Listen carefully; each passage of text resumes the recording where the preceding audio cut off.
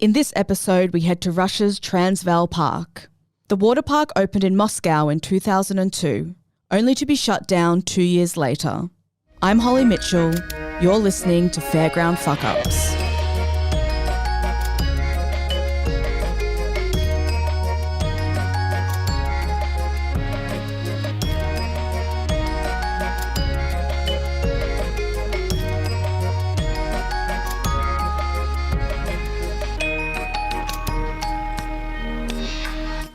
Russia has always had a fraught relationship to the Western world. In many ways, the one-time seat of the Soviet Republic has defined itself in opposition to the English-speaking democratic nations, maintaining that they embody all the positive social ideals that the decadent West, particularly the United States of America, have discarded in favour of self-serving, socially destructive capitalism. At the same time, Russia seems to use the same standard of success as the West, giving them the means to boast that they can and do surpass anything that the United States can do. Decades of unremitting hostility are not easily left behind, and the lingering effect of the Iron Curtain means that for common people of nations on either side, it is difficult to trust anything that we hear about the other. Are the reports of widespread financial hardship a reflection of life in modern Russia? Or is it propaganda spread in an effort to destabilise the country? At the same time, one wonders what the citizens of Russia, those who may be curious enough to wonder themselves, hear of day-to-day life in England, the US, or even Australia. The 1995 film Citizen X is the tale of the manhunt for Russia's notorious real-life killer, Andrei Chikatilo. In a scene where the beleaguered detective is asked to justify the resources he has called upon to catch this monster, and more importantly, the attention of the media and the public eye that he has drawn upon the situation, the character pleads that, as this is clearly the work of a serial killer, surely there can be no cost too great to apprehend their target. There is a moment of silence from the political officers. Then one of them responds, "There are no serial killers in the Soviet state. It is a decadent Western phenomenon."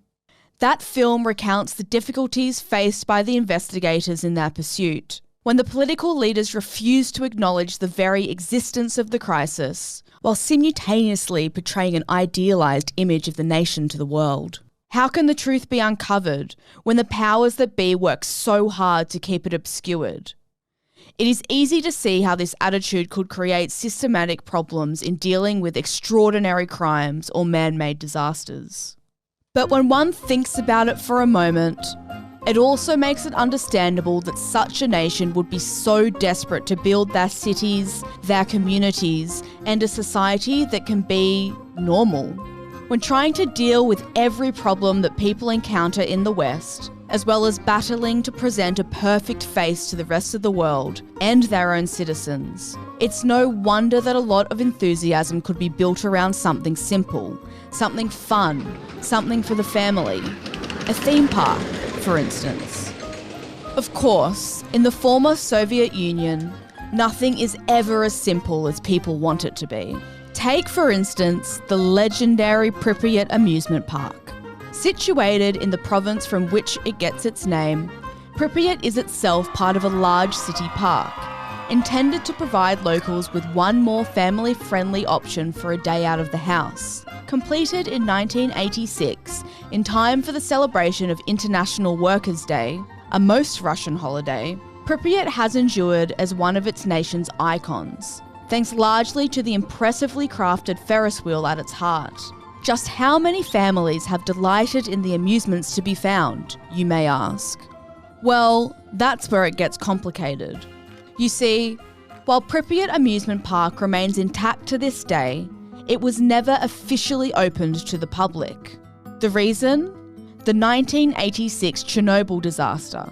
Pripyat is located only a few kilometres away from the Chernobyl nuclear power facility, which experienced a critical reactor failure on the 26th of April, sending radioactive particles over a near 30-kilometre radius and forcing the evacuation of almost 120,000 people. Pripyat Amusement Park is the foremost of the world's abandoned theme parks and has seeped into popular culture, most notably being featured as a location in several popular video game franchises, as well as television and novels. To the world at large, it could be little more than the common dread fascination with the macabre. For Russians, it stands as a monument to the admittedly universal question: why can't we have nice things?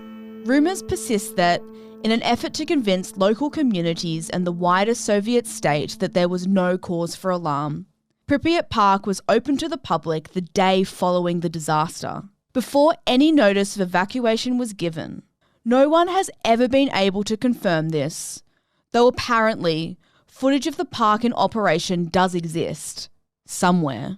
This is a microcosm of the Russian experience, the desire to enjoy life, liberty, and the pursuit of happiness, while dealing with the pressures that inevitably spoil the best laid plans. The need to convince the world that everything is awesome all the time, while frantically trying to hide any scrap of evidence of the contrary.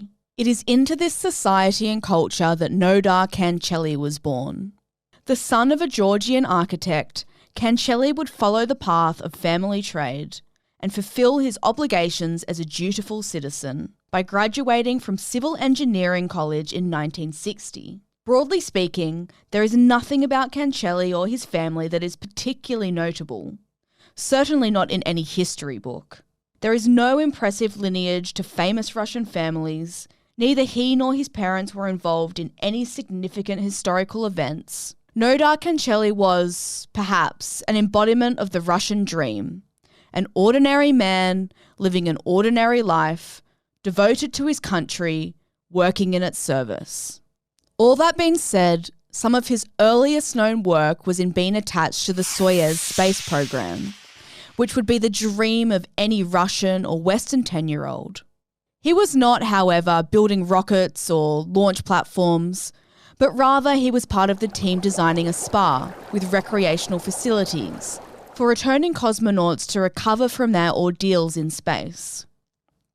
2 decades of diligent service in government programs eventually brought Kancheli back to the Russian capital and the place of his birth, Moscow. In the 90s, his work was reputedly impressive enough to gain the attention of the city's mayor at the time. His time spent designing buildings for the purpose of recreation and enjoyment must have made their mark, because the string of projects he began for Moscow all tended toward revamping popular sites for tourists, places of cultural heritage such as the Cathedral of Christ the Saviour, and a renovation of the landmark Bolshoi Theatre. What was Kancheli's unique contribution to such construction projects? What has this ordinary man left behind that has made its mark on history? The centrepiece of all those Moscow projects was a magnificent, high-domed roof supported around the circumference by a series of arched columns. Under these roofs sheltered market stall vendors, ice skaters, religious devotees, and from 2002, thousands of Russian families enjoying all the fun and excitement of an indoor water park.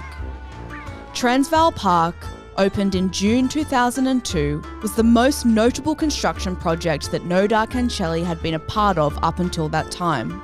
A symbol of the booming prosperity the region enjoyed thanks to a new era of private enterprise. The vision was to transport ordinary Muscovites, or any tourist to the city, to another part of the world for the hours they spent there. The project leaders decided upon the distant and exotic vistas of Africa as their theme for a water amusement park where people could enjoy swimming in the large heated pools all year round, even in the bitter and devastating cold of the Russian winter. The park took its name from the South African province of Transvaal and also included a jungle river rapids, a wave pool and water slides.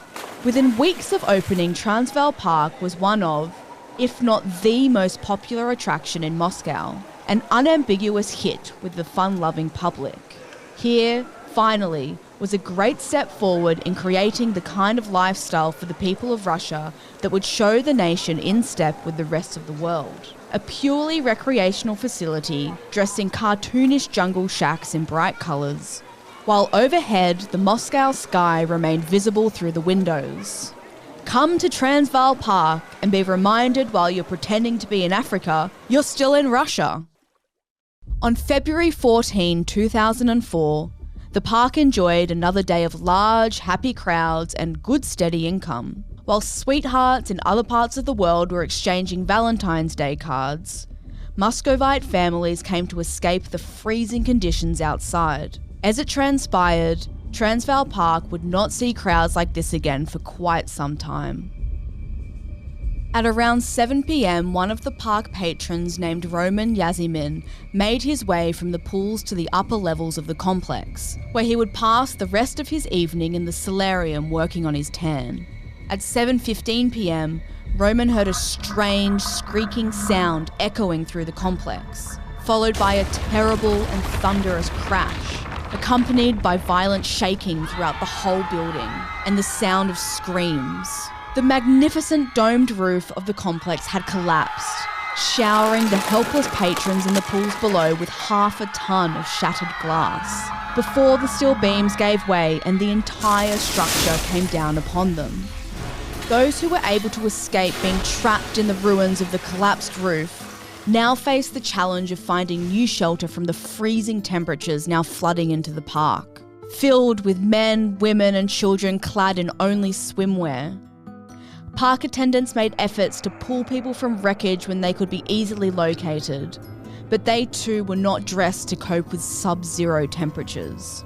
Within the hour, almost 1,000 rescue personnel were dispatched, bringing every piece of equipment Moscow had available, and almost all of them accompanied by well-trained sniffer dogs. They worked throughout the night, locating survivors in the rubble and getting them into warm blankets while paramedics checked for injuries. Periodically, all workers would stop and allow deathly silence to reign. In these moments, the cries of victims unable to free themselves could be heard, and efforts would be focused anew. Come sunrise on the Sunday morning, cries for help had ceased, and the rescuers' work had turned to the grim task of recovering the bodies of those killed in the collapse. Already time was against the dedicated crews, with temperatures reaching -15 degrees Celsius. Exposure to such cold would already have caused untreatable harm to anyone unfortunate enough to have been trapped poolside, and that was regardless of whatever injuries they may have sustained from the falling concrete and steel. While they would continue to search through another night, speaking to the media, Moscow's Mayor Lushkov relayed the pessimistic assessment of the rescue teams. There is no hope survivors can be found. When the rescue teams finally ceased their work, 193 men, women and children had been treated for serious injuries. The bodies of 20 adult patrons were pulled from the wreckage, alongside the bodies of 8 children. The shock and terror of this sudden disaster had left the citizens of Moscow and their government officials paralysed with confusion. As the numbness began to wear off, however, the sense of helpless grief began to give way to the fiery wrath of anger.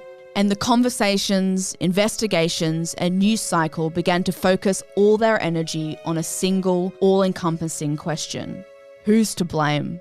It may be unfair to suggest that the echoes of Cold War paranoia still held some sway over the collective attitude of the Russian citizenry, even well into the new millennium. But it is fascinating how quickly not just the public sentiment, but the authorities viewed the tragedy at Transvaal Park with suspicion. Within 48 hours, the Russian press was already leading the news with headlines like Nightmare Park, and speculating as to whether the cause of the collapsed roof was negligence or faulty design. They were already calling upon architectural and engineering experts to offer their opinions, and the implications were becoming unsettling. One such expert, architect Viktor Ovsednikov, went so far as to share with the media, "The quality of construction work in Russia is very low. The most important thing in Russia is to build something and sell it as quickly as possible, and no one's bothered about what happens further down the line. With one statement, Ovsinyakov and the paper he spoke to, the Gazeta, had pointed a finger of blame for all of Moscow to follow and rail against. But more than that, they had planted seeds of doubt as to the quality and safety of construction projects all throughout the city, possibly the country.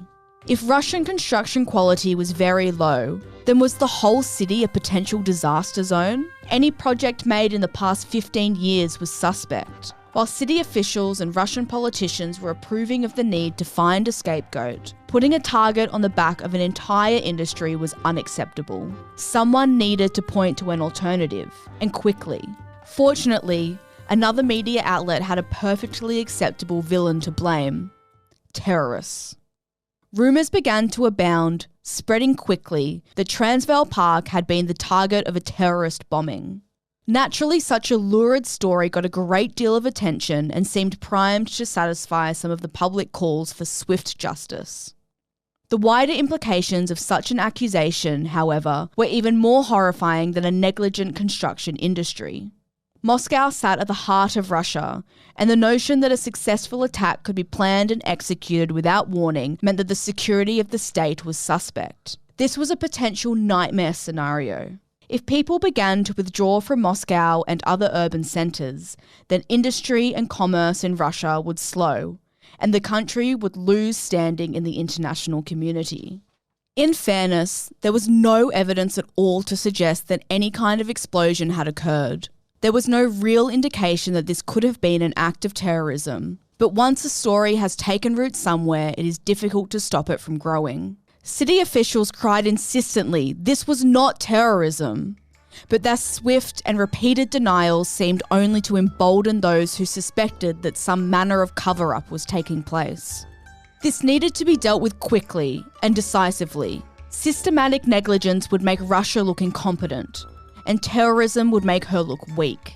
Neither were acceptable answers, and authorities needed to find their scapegoat soon. Mayor Yuri Mikhailovich Lushov knew exactly who to blame: his old friend, Nodar Kancheli.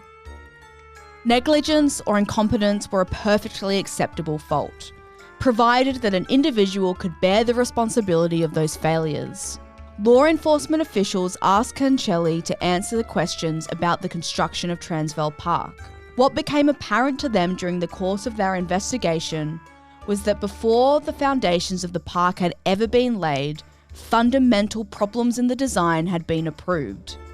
And this would prove to be the key in understanding how the building failed terribly, especially when it had only been completed 2 years prior. A simple explanation of the faults was made public. Experienced engineers agreed that there were 2 design methods for a water park such as Transvaal Park: the Finnish method and the Turkish method. The difference of note between the two is that Finnish construction takes the presence of extreme low temperatures into account, while Turkish construction does not. Why would Nodar Kancheli and the project lead for the park have chosen the method with such a glaring design flaw? The Turkish method was cheaper. That, at least, was the case to be made against Kancheli. For his part, the architect felt that he was being railroaded. He resented the accusation and held firm to the decisions he made in the design process. Almost a year after the collapse, an investigation into whether Kancheli was criminally liable for the wrongful deaths of the park patrons was launched. This finally seemed to have the pacifying effect that Moscow so desperately needed. Media reported on the design problems with the building and named Kancheli along with an official who had approved the plans. The investigation closed after a few months without prosecuting either of the 2 men, lending some credence to the suggestion that they were given up as scapegoats to the public. The site of Transvaal Park is now home to a brand new enterprise, Marian Water Park. The facility boasts an even more impressive collection of pools, spas and slides, and is quoted by patrons as the perfect place to spend a day. 2 years later, almost to the day, the high-domed roof of the Basmany market in Moscow collapsed, killing 47 people in an almost identical incident of the tragedy of Transvaal Park. The architect of Basmany market, Nodar Kancheli. This particular structure was not a recent build. The building had been completed in the 70s and had served a number of functions throughout the years. Once again, Cancelli found his name and reputation being dragged through the mud as investigators demanded answers as to how such a devastating event could have occurred. It was assumed a similar design flaw was the cause. Although similar incidents throughout Northern Europe suggested that extraordinary build-ups of snow could be a bigger factor. This time, Nodar Cancelli offered his own explanation for the tragedy. Terrorists. I'm Holly Mitchell, and you've been listening to Fairground Fuck-Ups. We're taking a break next week, but we'll be back the week after with another new episode.